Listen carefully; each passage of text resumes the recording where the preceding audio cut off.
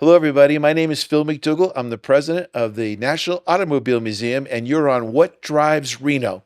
Today, we have a special guest, Diana Sande.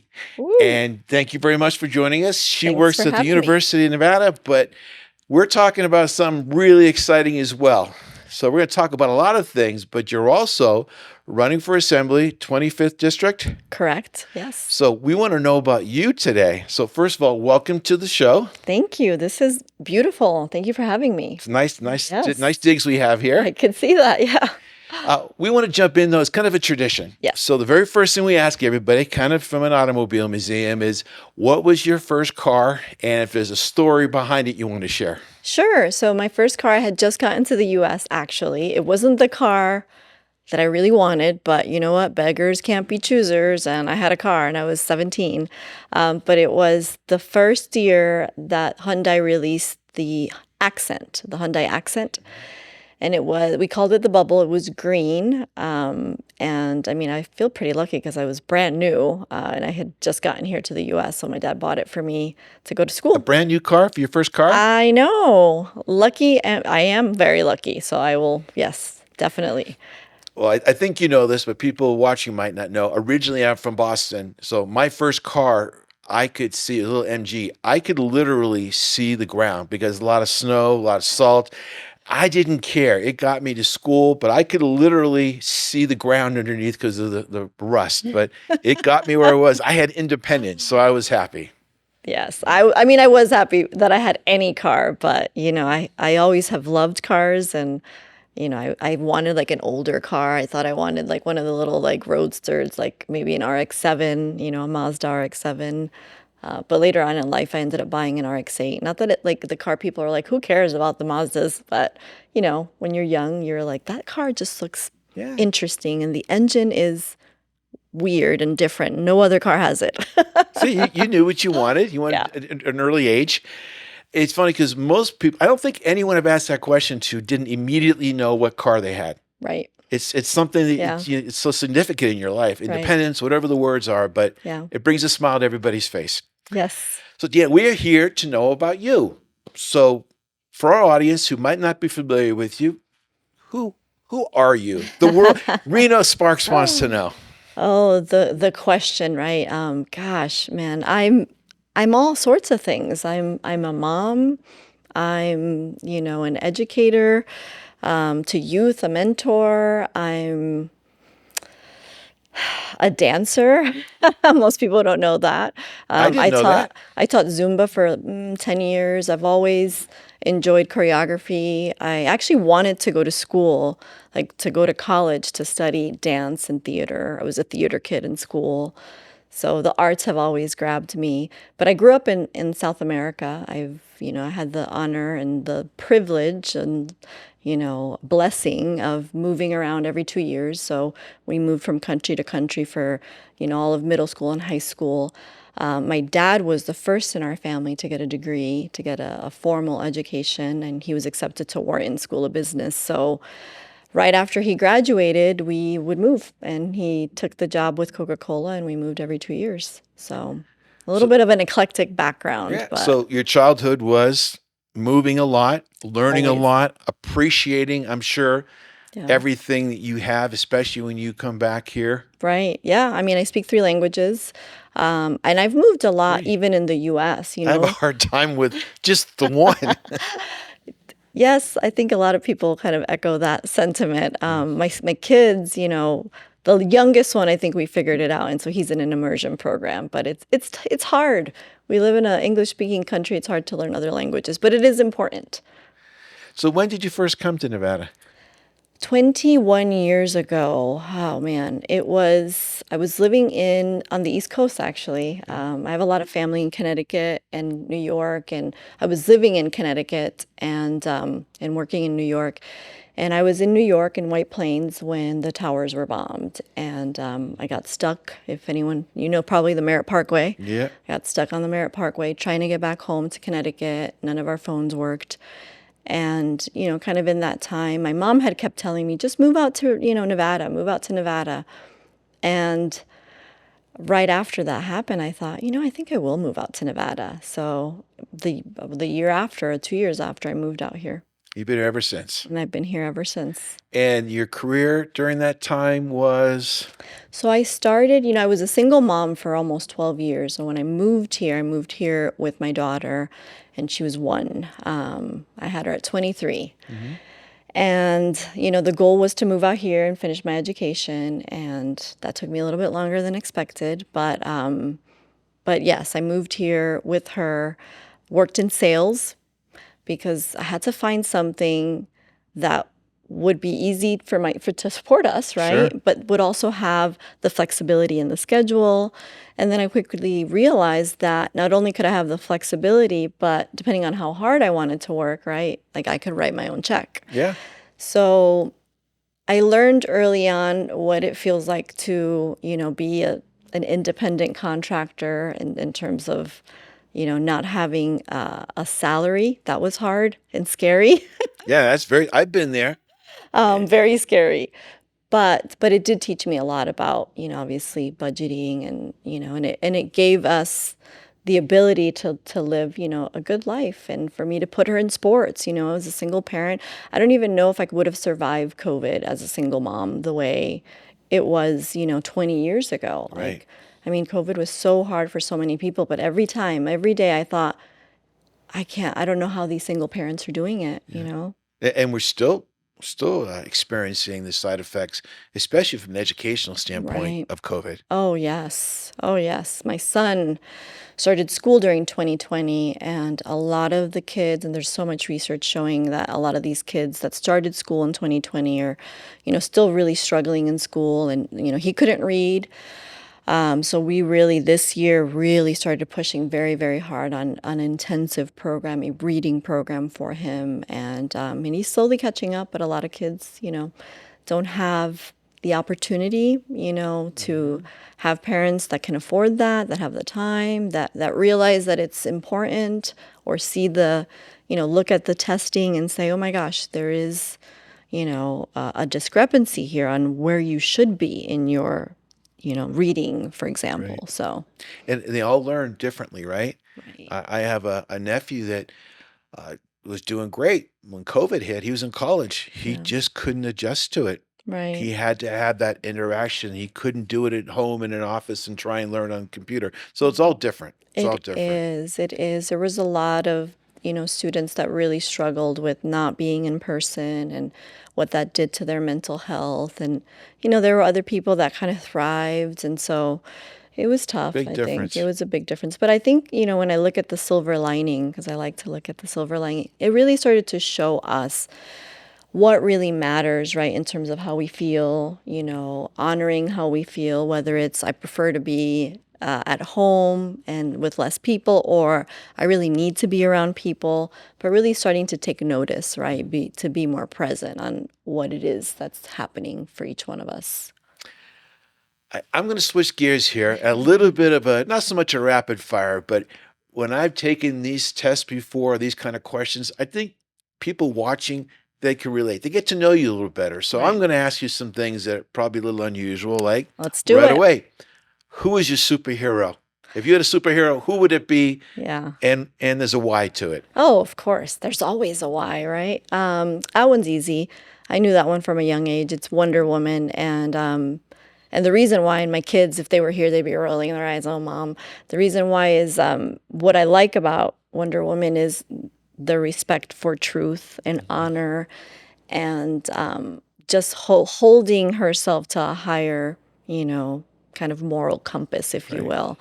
And so I remember thinking like that's who I want to be like, right? How can I still be tough? How can I, rise to the challenge but still stay true to who I am, right? Which ironically here I am running for office and I still ask myself, and I look at myself in the mirror, it's like, are you still there? Like I need to be true to myself as I walk this new path, right? Yeah, because they have a lot of things coming your way from all different angles. And as long as you remember why you're doing it, Right. and stay And who true I to it am. and who you Yeah. are and keep reminding Right. yourself, especially as it gets closer to the election day. Exactly. Favorite music? Oh, I can go on and on about this. I mean, I'm Puerto Rican, so I love salsa.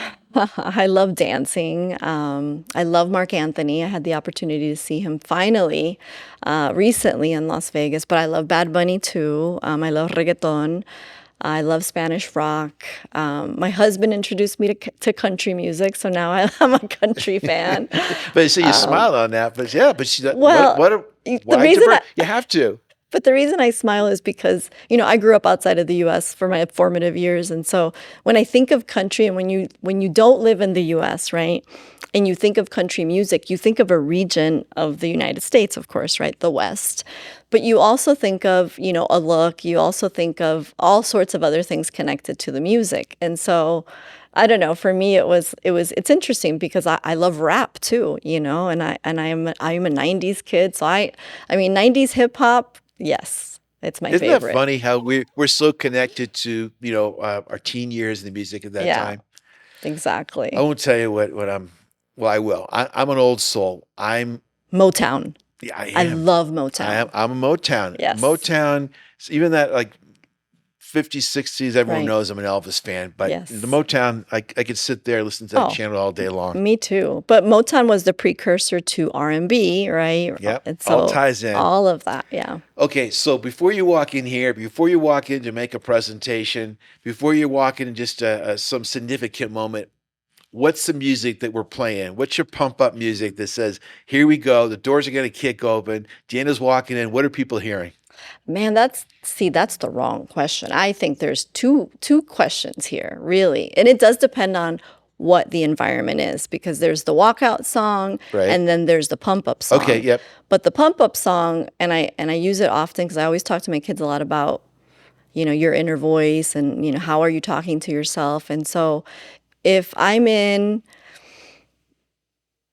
if I'm going to go into a sales call and it's a big, big, contract, and I just have to, just like, "Urgh," it's going to be Eminem.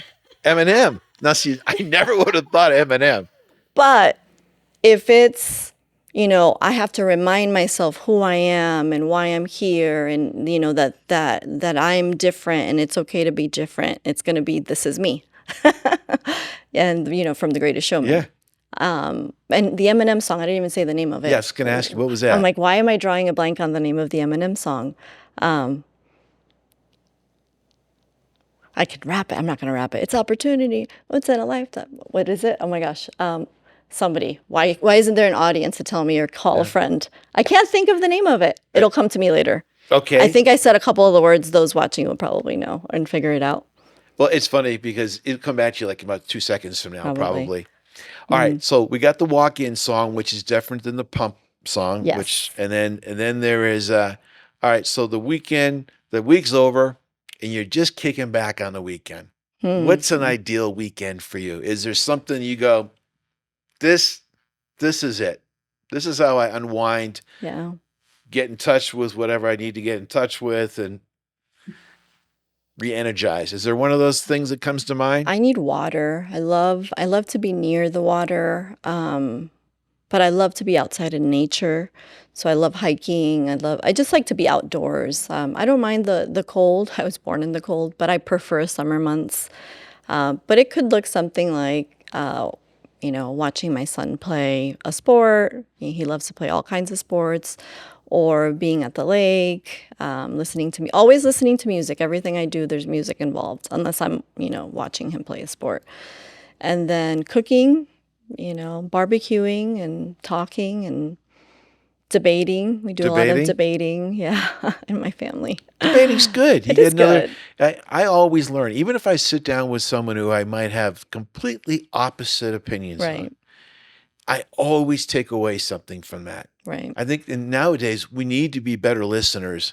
And I already know my interactions with you that that's one of your traits is you're just a good listener. You need to understand what's going on, form opinions after you hear all sides. Is that a fair assumption? I try to be a good listener. I think it's a skill that unfortunately isn't fine-tuned enough or honed in enough for people, especially as parents and in this kind of digital world and how everything is, fighting for our attention. So being present, like really truly being present, and I think the minute that you say I'm going to be present, the listening naturally kind of comes in, right? So, Yeah. No, and that's important. You just kind of touched on it, especially digitally. I'll just hmm reflect back with my generation. We didn't have, the phones. right, I remember in computer class, we were doing pluses and minuses back when I'm dating myself. Now, the younger generation, they have a phone in their hand. And to me, you got to take a step back from that and do listening, understanding what they're talking about, understanding how they're feeling, right, because there's so much input going to them all the time. right, right. What's a good book? Tell me something about if you're going to open up a book right now. Well, I'm currently reading Human Nature. It's fantastic, but my favorite book of all time, I'm really still searching for like a second because my favorite book, there's not even a second yet. But it's Never Split the Difference by Chris Voss. He was an international hostage negotiator for the FBI, and that book is insane because you can really utilize it in any like place, whether it's your job with your kids. Obviously, it's a book about negotiation, so in business, Everything. You can use it any part of anything, your life. because everything is a negotiation, especially children. Speaking with them, always negotiating. But it is my favorite book. It's wonderful. It helped me through some pretty big moments in my life.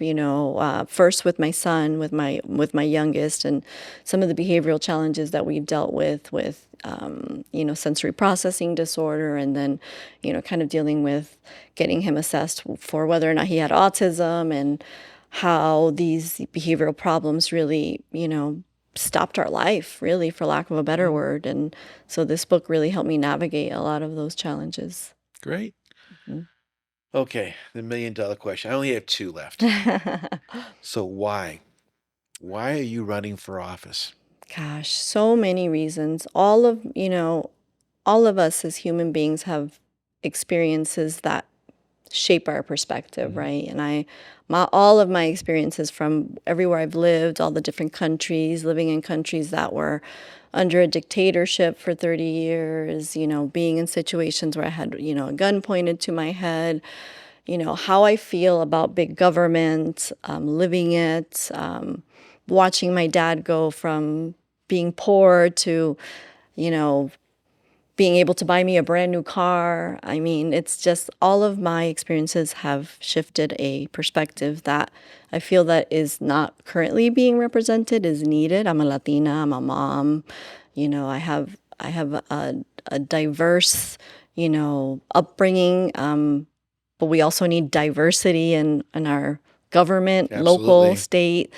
And honestly, when I win, I'll be the only Hispanic legislator in Northern Nevada. All of and I'm glad that we have representation in Southern Nevada, and there's wonderful legislators down there. But there's no one Didn't that's know of that. Hispanic descent in the North. Wow. So I hope to change that. But I'm running because I haven't felt represented in a long time. I'm running because there's this group of us in the middle on both sides that are Mhm. just the forgotten middle. I'm running because I'm tired of the infighting, what's happening on the national stage with the parties, which is also ugly, that can stay there. How we live day to day, what affects, how much money we have, can we survive? Are we thriving? How is our mental health? All of that we, in government here can help our people here, Right. and so that's what I want to focus on. No, that's great. What's one thing you've learned in your life that just stands out? Was there one major takeaway thing that you just Yeah, learned in life that sticks with you? We're always learning, we're always growing, but always. Yeah. one thing that kind of jumps out at you?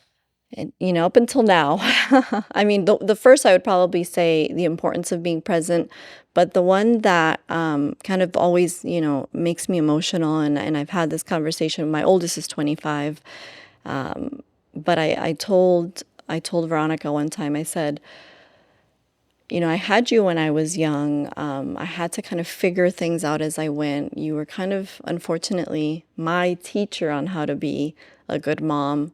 And in that moment, I realized, like, as parents, we should be humble enough to know and realize that our children are connected to us for a reason. They're here to bring us lessons that we need to learn. And if we're humble enough to say, my children can also teach me, Mhm. and what can I learn from my kids? And that, if we're, always learning, then we should always be also learning from our kids and not just teaching and expecting that we know everything. This generation of kids is quite exceptional. I Yeah. mean, it almost feels like they're born, knowing so much more. And I still haven't remembered the name of the Eminem song. Someone will comment on it. Yeah. Well, thank you very much for sharing. Thank you for being part of the show. Uh, how can people learn more about you? And if they have questions, where should they go? To our website or my website. So it's sandefornevada.com, Sande, so spelling out for, and then nevada.com.